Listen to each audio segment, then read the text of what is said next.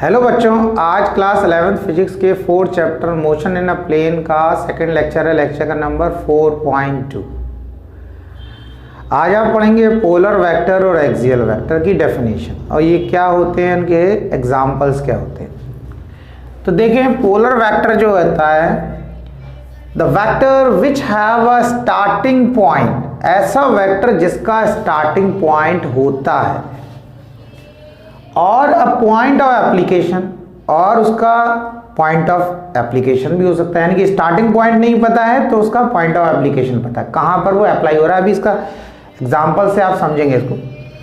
Are called polar vector. तो मैंने देखो दो पर लाइन बना के स्टार्टिंग पॉइंट और पॉइंट ऑफ एप्लीकेशन, इसको अगर आपने समझ लिया तो आपको पोलर वेक्टर की डेफिनेशन समझ में आ जाएगी बहुत आसानी से।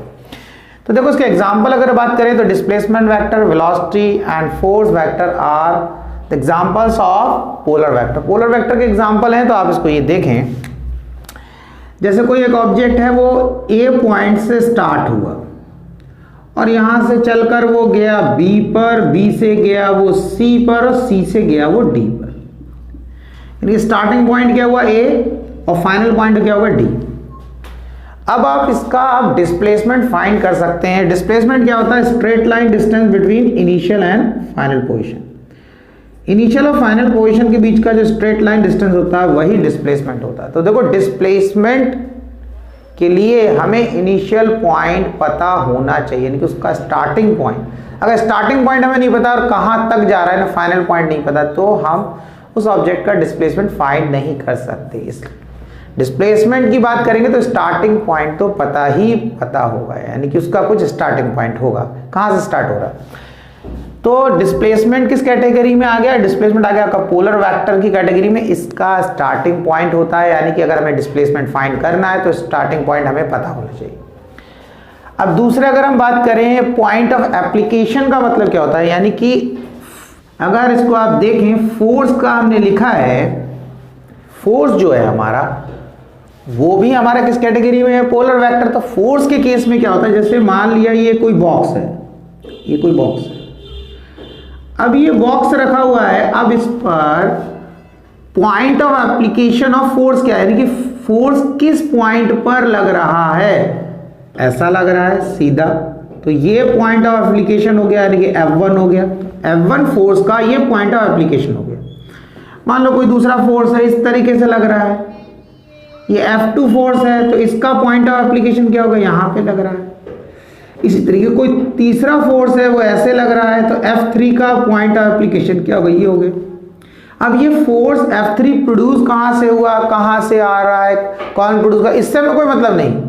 हम बात कर रहे हैं कहां पर अप्लाई हो रहा है, किस पॉइंट पर लग रहा है। तो इस पॉइंट पर, तो ये क्या हो गया? Point of application.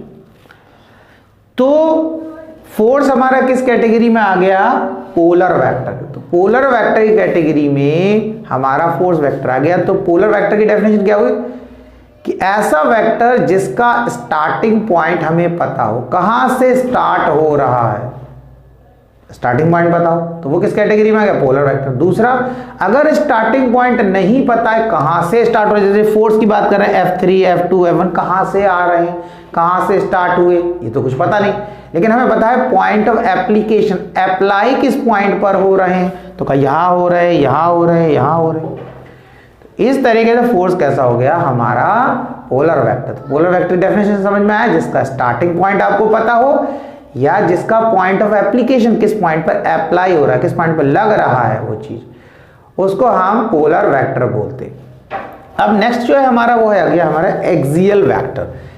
Axial vector की डेफिनेशन देखेंगे, देखो इसमें लिखा है the vector which represent rotational effect, यानी कि ऐसा वेक्टर जो रोटेशनल इफेक्ट के बारे में बताता है, उसको रिप्रेजेंट करता है। And act along the axis, axis के अलोंग लगता है, axis of rotation in accordance with right hand screw rule are called axial vector. इसका मीनिंग भी समझेंगे अभी। इसके एग्जांपल पहले देख लें। एंगुलर वेलोसिटी, जिसको हम किससे रिप्रेजेंट करते हैं? इसको हम रिप्रेजेंट करते हैं हम ओमेगा से। टॉर्क को किससे रिप्रेजेंट करते हैं? टाउ से। एंगुलर मोमेंटम को किससे रिप्रेजेंट करते हैं? एल से। ठीक है। अब आप ये देखें, जैसे सपोज कर लिया हमने एक पार्टिकल है जो कि इस तरीके से हमारा सर्कुलर ऑर्बिट में घूम रहा है, एक पार्टिकल सर्कुलर ऑर्बिट में घूम रहा है।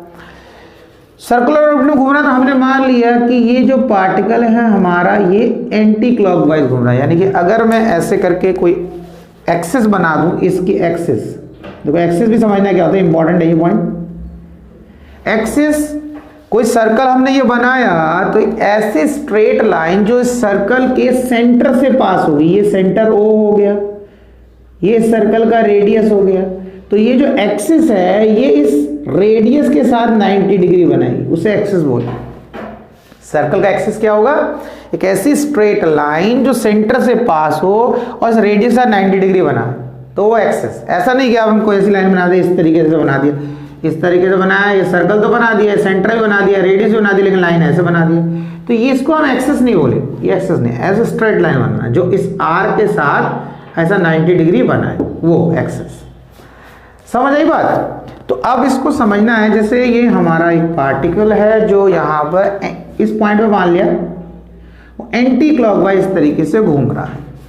अब एक चीज समझना है, जैसे ये सर्कल ले लिया हमने, एक पार्टिकल है इस तरीके से इस सर्कल में घूम रहा है, तो इसकी इस पॉइंट पर जो वेलोसिटी का डायरेक्शन है वो ऐसे वो दिखाएंगे, किस ऐसे दिखाएंगे, इस तरीके से। अब इसको समझना है ये एक्चुअल में कैसा डायरेक्शन। एक्चुअल में ये वेलोसिटी, जैसे सर्कल बनाया हमने, तो ये इस पॉइंट पर ये जो वेलोसिटी दिखाया, इस पॉइंट पर जो वेलोसिटी है, डायग्राम में देख के ऐसा लग रहा है इस तरीके से दिखा रहा है वेलोसिटी ऊपर की तरफ, लेकिन ऐसा नहीं। एक्चुअल में वेलोसिटी कैसा है, इस तरीके से। सर्कल बनाया, इससे हमने टेंजेंट बनाया इस तरीके से। अब अंदर की तरफ तो लाइन बना नहीं पाएंगे, तो उसको इसी तरीके से बनाए। अंदर कैसे बनाएंगे, तो बोर्ड में होल करना पड़ेगा, छेद करें, तब बनेगा अंदर की तरफ एरो। वो भी लाइन तब भी नहीं बनेगी, तब तो कुछ लगाना पड़ेगा उसकी जगह। तो आपको समझना है, सर्कुलर ऑर्बिट में पार्टिकल ऐसे घूम रहा है, इस पॉइंट पर अगर वेलोसिटी की बात कर रहे हैं तो इस पॉइंट पर ऐसा दिखाया वेलोसिटी इस तरीके से, लेकिन बोर्ड पे कैसे लग रहा है, लग रहा है ऐसा है। बोर्ड पे तो ऐसा लग रहा है ये लाइन इसके पैरेलल है, जबकि ऐसा है। ये तो एक्सिस तो इधर ऐसा है, ये एक्सिस, और इस पॉइंट पर पार्टिकल की वेलोसिटी इस तरफ है। तो इस केस में अगर हम राइट हैंड स्क्रू रूल लगाएं, तो राइट हैंड स्क्रू रूल ये बोलता है कि जिस डायरेक्शन में पार्टिकल ऐसे करके घूम रहा है, अपने राइट हैंड को ऐसे रखना है, और जिस जैसे वो पार्टिकल घूम रहा है इस तरीके से, इस पार्टिकल की बात करें ऐसे से घूम रहा है, ऊपर से देखने में कैसा, एंटी क्लॉकवाइज। तो अपने फिंगर को कर्ल करो, जिस डायरेक्शन में पार्टिकल घूम रहा है ऐसे कर्ल किया, कर्ल कर लिया, तो जो थंब का डायरेक्शन है, थंब का डायरेक्शन वो बताएगा किसका डायरेक्शन, एक्सियल वेक्टर। अब एक्सियल वेक्टर में कौन है, angular velocity, torque, angular momentum. समझ में आ रही है? इसका मतलब अगर ये जो पार्टिकल ऐसे गोल गोल घूम रहा है, अगर कोई कह रहा है इस पार्टिकल की एंगुलर वेलोसिटी का डायरेक्शन क्या है, तो मैं बताऊंगा ओमेगा, ये ऊपर की तरफ, ये एंगुलर वेलोसिटी का direction.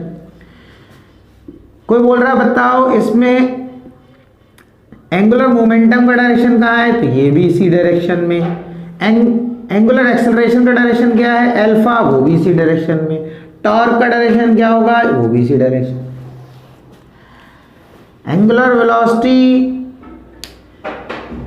Angular momentum, angular acceleration और टॉर्क, तीनों का चारों का डायरेक्शन ऊपर की तरफ। कैसे निकाला, राइट हैंड रूल से ऐसे। फिंगर को कर्ल करा, जिस डायरेक्शन में पार्टिकल ऐसे से घूम रहा था। थंब का डायरेक्शन कहाँ है, ऊपर, राइट हैंड लेना, राइट हैंड। थंब का डायरेक्शन बताएगा, किसका डायरेक्शन बताएगा, ओमेगा का, अल्फा का, एल का और टाउ। अब सपोज कर लो पार्टिकल ऐसा ना घूम कर ऐसे से घूमने लगे। अब समझना, फिर से बनाते हैं, ठीक इस तरीके। अब इस बार पार्टिकल कैसे घूम रहा है, इस बार पार्टिकल घूम रहा है क्लॉकवाइज, यानी कि ऐसा है, पार्टिकल ऐसे से घूम रहा है, ऐसे से घूम रहा है। इस कंडीशन में एक्सिस तो ऐसे ही बनेगा ये। अब इस बार ये वेलोसिटी का डायरेक्शन कैसा हो जाएगा, जरा समझना। यस, इस ऑर्बिट में घूम रहा है लेकिन क्लॉकवाइज। अब इस पॉइंट पर जो वेलोसिटी बनाएंगे वो ऐसे बनाएंगे, ऐसे इस तरीके से टेंजेंट बनाएंगे, बिल्कुल टच करती हुई सीधी लाइन ऐसे बाहर की तरफ ऐसे। लेकिन बोर्ड पे जब बनाएंगे तो कैसे लग रहा होगा, लगेगा ऐसा ऐसे बना रहे। यहां पर कैसा बनेगा, इस तरीके, ये वेलोसिटी का डायरेक्शन। अभी ऐसा लग रहा है एक्सिस के साथ ये पैरेलल है, लेकिन मैंने बता दिया वो ये ऐसे करके ये एक्सिस है, और इस पॉइंट पर अब जो वेलोसिटी दिखाया वो इस तरफ दिखाया, तो कहाँ पैरेलल है, पैरेलल तो ऐसे होता है, ये वेलोसिटी ऐसे बनाते, एक्सिस ऐसे, तब पैरेलल होता। लेकिन अब बोर्ड पे ऐसे कर बाहर कैसे लाइन बनाएंगे, इस तरीके की लाइन बनेगी नहीं, तो इसलिए इसको नीचे की तरफ दिखा दिया। तो आपको समझना है, देखो प्रैक्टिकल ऐसे देखना है, ये ऐसे कर घूम रहा है क्लॉकवाइज, इस पॉइंट पर वेलोसिटी बाहर की तरफ इस तरह, एक्सेस हमारा कैसा है ऐसा। अब ये क्योंकि रोटेशन चेंज हो गया, पहले एंटी क्लॉकवाइज अब क्लॉकवाइज हो गया, तो अब सबका डायरेक्शन जितना लिखा ओमेगा का डायरेक्शन, अल्फा का डायरेक्शन, एंगुलर मोमेंटम का डायरेक्शन और यहां पर ये टाउ का डायरेक्शन, सबका डायरेक्शन चेंज। अब क्या कैसे लगाएंगे, फिर लगाएंगे राइट हैंड स्क्रू रूल। अब राइट हैंड स्क्रू रूल, अब पार्टिकल कैसे घूम रहा है इस तरीके से, तो उसी डायरेक्शन में अपने फिंगर को कर्ल करना है, फिंगर को कर्ल करना। फिंगर को ऐसे कर्ल किया, थंब का डायरेक्शन कहाँ है नीचे, तो थंब का डायरेक्शन किसका डायरेक्शन बताएगा, उस पार्टिकल की angular velocity, angular acceleration, angular momentum और टॉर्क का डायरेक्शन बताएगा। बात समझ में आया, तो ये डायरेक्शन, ये इनका डायरेक्शन एक्सिस के अलोंग मानते हैं, इन सबका डायरेक्शन क्या मानते हैं, एक्सिस के अलोंग, इसलिए इनका नाम क्या है, एक्सियल वेक्टर। तो राइट हैंड स्क्रू रूल है, इसको समझना है, क्योंकि राइट हैंड स्क्रू रूल इसलिए बोलते हैं क्योंकि इसको स्क्रू से समझिए। जैसे मान लो आपने देखा होगा इस टाइप का स्क्रू होता है, लकड़ी में फिट करते हैं इस तरीके से, उसमें एक मार्क ऐसे होता है, स्क्रू ड्राइवर लगाते हैं। अब मान लो मैं स्क्रू ड्राइवर को ऐसे टाइट कर, तो स्क्रू ड्राइवर पकड़कर मतलब स्क्रू ड्राइवर को घुमा रहा हूँ, तो स्क्रू कहाँ जाएगा, अंदर की तरफ जाएगा, यानी कि थंब के डायरेक्शन में। अब मैंने स्क्रू ड्राइवर लगाया, ऐसे पकड़ा राइट हैंड से और उसको ऐसे घुमाया, तो थंब का डायरेक्शन बाहर की तरफ आ गया, तो स्क्रू क्या होगा, बाहर निकलने लगेगा। टाइट करना है स्क्रू लगाकर, तो मुझे क्लॉकवाइज ऐसे घुमाना पड़ेगा, और स्क्रू को मुझे ढीला करना है, निकालना है, तो मुझे उसको ऐसे पकड़ के एंटी क्लॉकवाइज घुमाना पड़ेगा, तब वो बाहर निकलेगा। उसी कॉन्सेप्ट के अकॉर्डिंग इसका नाम रखा राइट हैंड स्क्रू रूल। तो अब इसको देखें, बिल्कुल राइट हैंड रूल तो आप समझें बहुत आसान सा है कि अगर पार्टिकल ऐसे घूम रहा है एंटी क्लॉकवाइज, तो थंब का डायरेक्शन ऊपर आ गया। तो ये जितने भी एक्सियल वेक्टर है इनका डायरेक्शन एक्सिस के लॉन्ग होगा ऊपर की तरफ। देखो क्या होता है, कह रहे हैं जो एक्सियल वेक्टर है उससे हमें रोटेशन का भी पता चलता है। जैसे मान लो हमने कहा कि कोई पार्टिकल सर्कुलर ऑर्बिट में घूम रहा है, हमने ये नहीं बोला कि वो क्लॉकवाइज घूम रहा है एंटी क्लॉकवाइज। अगर हमने कहा कि उसकी एंगुलर वेलोसिटी का डायरेक्शन ऊपर की तरफ है, तो हम राइट हैंड रूल लगाएंगे, कहेंगे एंगुलर वेलोसिटी का डायरेक्शन ऊपर की तरफ, इसका मतलब वो ऊपर से देखने पर कैसा एंटी क्लॉकवाइज घूम रहा हो, पता चल गया। या एंगुलर एक्सेलरेशन का डायरेक्शन ऊपर की तरफ है तो एंटी क्लॉकवाइज घूम रहा होगा। अगर हमें पता चला कि उसके एंगुलर वेलोसिटी या एंगुलर एक्सेलरेशन या एंगुलर मोमेंटम का डायरेक्शन डाउनवर्ड है, तो हम समझ जाएंगे डाउनवर्ड होगा, तो राइट हैंड रूल लगाएंगे। तो इस तरीके से थंब का डायरेक्शन कैसे नीचे आएगा, जब हम हाथ को ऐसे रखेंगे और फिंगर को ऐसे कर्ल करेंगे, ऐसे कर्ल कर रहे हैं, इसका मतलब वो पार्टिकल ऐसे घूम रहा होगा, यानी क्लॉकवाइज घूम रहा होगा। क्लॉकवाइज और एंटी क्लॉकवाइज बहुत सिंपल सा कॉन्सेप्ट है। जिस डायरेक्शन में घड़ी की सुई चलती है वो क्लॉकवाइज हो गया, और जिस डायरेक्शन में घड़ी की सुई नहीं चलती, यानी कि अगर ऐसे, अगर मान लो आप घड़ी देख रहे हो तो आपको सुई निडल ऐसे दिखेगी, ये क्लॉकवाइज हो गया। ऐसे तो निडल चलती है, अगर आपने ऐसा घुमा दिया तो इस डायरेक्शन में तो चलती नहीं, तो ये क्या होगा, एंटी क्लॉकवाइज, यानी कि घड़ी की सुई के रोटेशन के जस्ट अपोजिट, ये क्या कहलाएगा, एंटी क्लॉकवाइज। बात समझ में आया, तो ये क्लॉकवाइज एंटी क्लॉकवाइज। तो आज का लेक्चर यहीं फिनिश करते हैं, नेक्स्ट लेक्चर में मिलेंगे नेक्स्ट टॉपिक के साथ। नेक्स्ट टॉपिक में आप पढ़ेंगे टाइप्स ऑफ वेक्टर। तब तक कोशिश करते रहें, कोशिश करने वालों की हार नहीं होती, मेहनत कभी बेकार नहीं होती, पढ़ते रहें, आगे बढ़ते रहें।